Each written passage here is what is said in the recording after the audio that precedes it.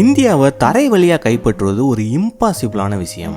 ஏன் அப்படின்னு பார்த்தீங்கன்னா, ஒரு சில நாடுகளுக்கு ஜியோகிராஃபி அப்படிங்கிறது ரொம்பவே வீக்காக இருக்கும். ஆனால் இந்தியாவுக்கு பார்த்தீங்கன்னா நேச்சர் பல கிஃப்டை அள்ளி கொடுத்துருக்குன்னு தான் சொல்லலாம். பாலைவனங்கள், காடுகள், கடல்கள், மலைகள் அப்படின்னு இயற்கையே பார்த்தீங்கன்னா இந்தியாவை பல விஷயங்கள்ல இருந்து பாதுகாக்குது. சரி, எப்படின்னு நம்ம டீட்டெயிலாக பார்ப்போம். அதுக்கு முன்னாடி நம்மளோட சேனலை நீங்கள் இன்னும் சப்ஸ்கிரைப் பண்ணாமல் இருந்தீங்கன்னா மறக்காம சப்ஸ்கிரைப் பண்ணிருங்க.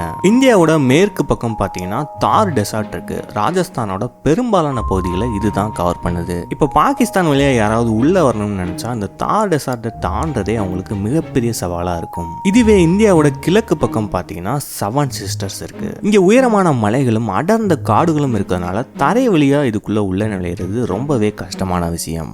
இதுவே இந்தியாவோட வடக்கு பக்கம் பாத்தீங்கன்னா ஹிமாலயாஸ் இருக்கு. இமேஜின் பண்ணி பாருங்க, உலகத்தோட உயரமான மலையை ஒரு ஆர்மியை வச்சு தாண்டி வர்றது எவ்வளவு கஷ்டமான விஷயம் அப்படின்னு. சரி, தெற்கு பக்கம் ஃபுல்லா கடல் பகுதியாக தானே இருக்கு. அது வழியா ஈஸியா உள்ள போயிடலாம்ல அப்படின்னு நீங்க கேட்டீங்கன்னா, இங்க தான் பாத்தீங்கன்னா டெக்கான் பிளாட்டோ இருக்கு.